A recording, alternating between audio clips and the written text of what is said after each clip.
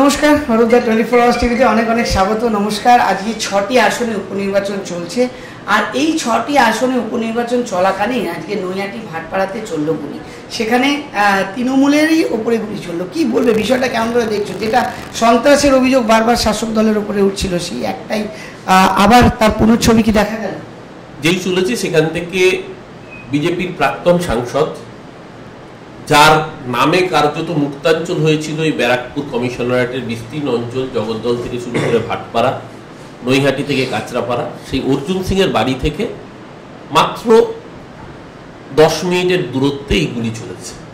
তৃণমূল কংগ্রেসের বুথ সভাপতি খুন হয়েছেন এবং পরিষ্কার করে আমরা বলছি এই খুনের পিছনে অর্জুন সহ বিজেপির গুন্ডা বাহিনী মদত রয়েছে।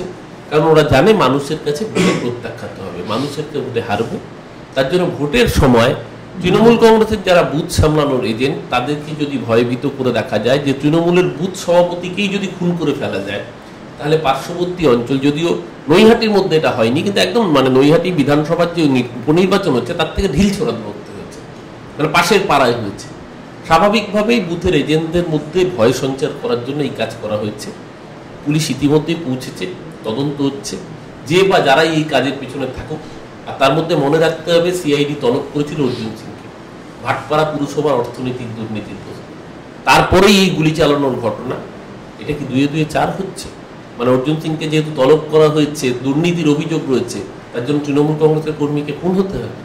যারা এই জঙ্গলের রাজত্ব চালানোর চেষ্টা করছেন তাদেরকে হুঁশিয়ারি দিয়ে বলছি, বাংলার মানুষ জবাবটা কিন্তু বুলেটে দেবে না, জবাবটা দেবে না।